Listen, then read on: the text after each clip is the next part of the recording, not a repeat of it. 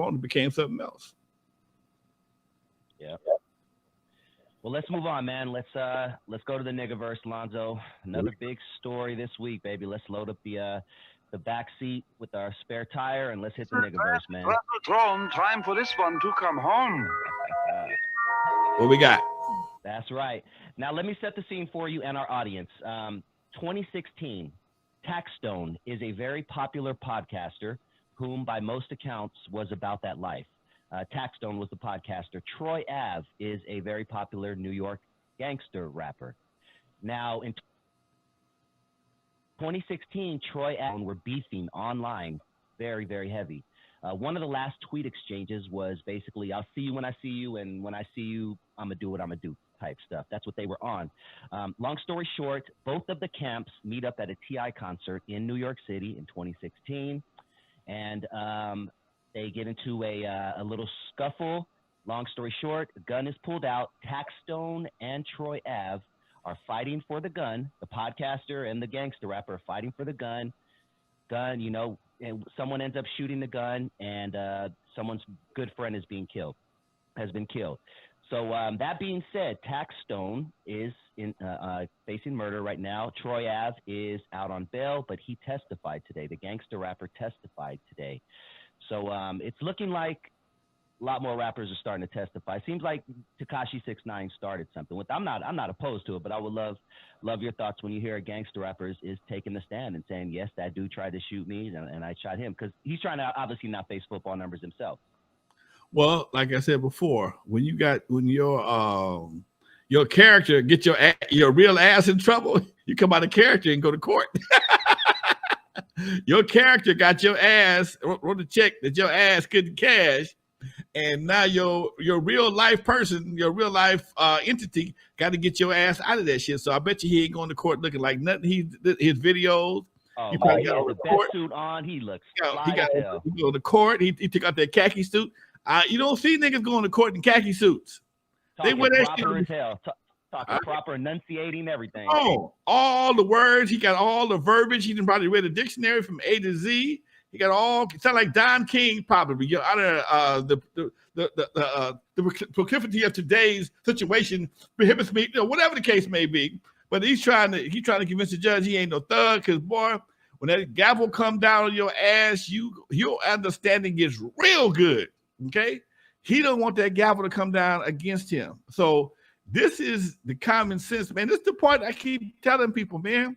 You buying that bullshit. You buying characters. You might as well go and buy New Jack City and buy the New Jack City and wait for Nino Brown to throw somebody. You get thrown off the building by Ice-T. Everybody acting. Everybody's trying to get your money. What you buying? You buying gangsters? I'm selling gangsters. I got some gangsters. I'll be right back. Okay, whatever you sell, whatever you buying, that's what they selling till it's too late. I bet you when he go to court, he ain't got no lyric. All his lyrics is bullshit. He was just joking, y'all. I was playing. That's part of my character. Blah blah blah. But that's the game they play. But the average consumer think that motherfucker telling the truth. That's part, and that's because some guys are good actors. They're good actors. They play the role real well. They know how to buy they rent the right houses, hang around the right homies. Got a few homies look pretty crazy, but when it come down to it, that brother going home to a gated community, nice family, probably got an education. He just doing this to get paid. That's just like Cedric the Entertainer. That movie with John Travolta and them, he was highly and Andre 3000. Cedric was a gangster producer, but he was very educated, spoke very well, but he surrounded himself with all these thugs. He had a little thug in him too, but he was an educated thug, and that's where the money is. So that's where people go. That's where people go. People a lot of guys find them a lane in the gangster role in the gangster highway, and they ride that thing till they drive them into a court. Pull up in the court, they get out their goddamn gangster car and get back in their civilian car and want to start talking like they got some sense. Mm-hmm. Yeah. Welcome to the niggaverse. Man. And where even the podcasters are going to prison for murder, Lonzo. Like, this used to be a gangster rapper thing. Now the damn podcasters the YouTube streets are crazy. Ain't none of this shit that goddamn serious, man. And that's the part these poor fools don't understand. You didn't talk your ass up on the ass whooping. You talked yourself up on the shooting. And first of all, you don't want to get shot, and you don't want to do no shooting. Okay.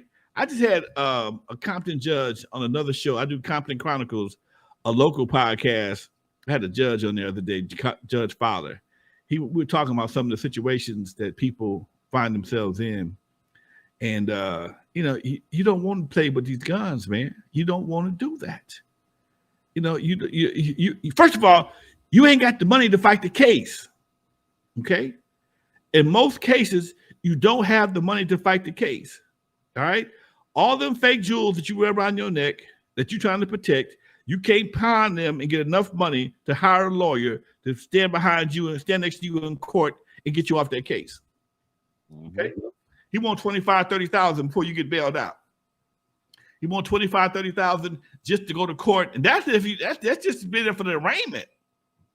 They ain't gonna do it to trial. That's why they usually want your ass to cop a plea. They're not there to get you off. They're there to get you a lower sentence, especially if you got a gun involved. There's very few situations that a gun being involved, your ass ain't gonna go to jail. Very few situations. Okay, and if you do go to jail, in New York City, huh? Especially in New York City. Especially New York City. Especially in New York City.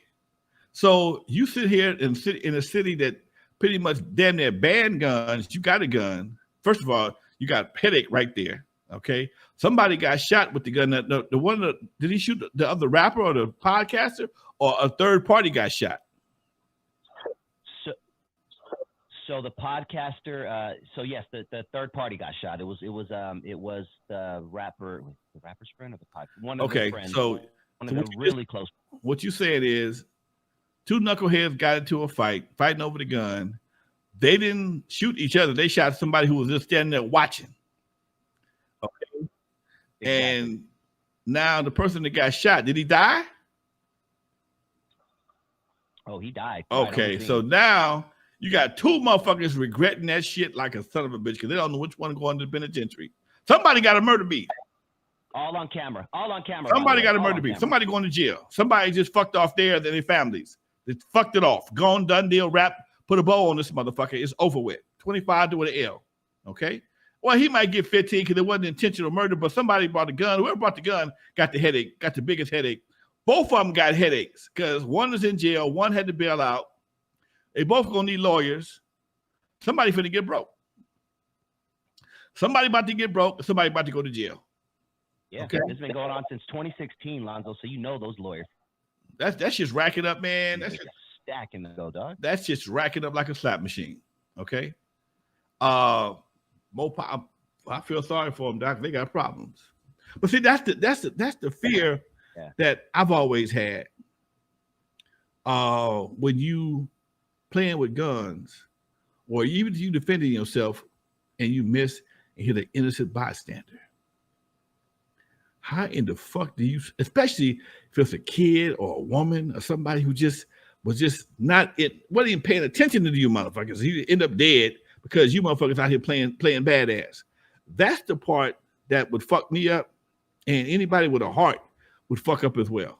Okay, you took a man's life, especially your homie. You took your homie's life on some bullshit.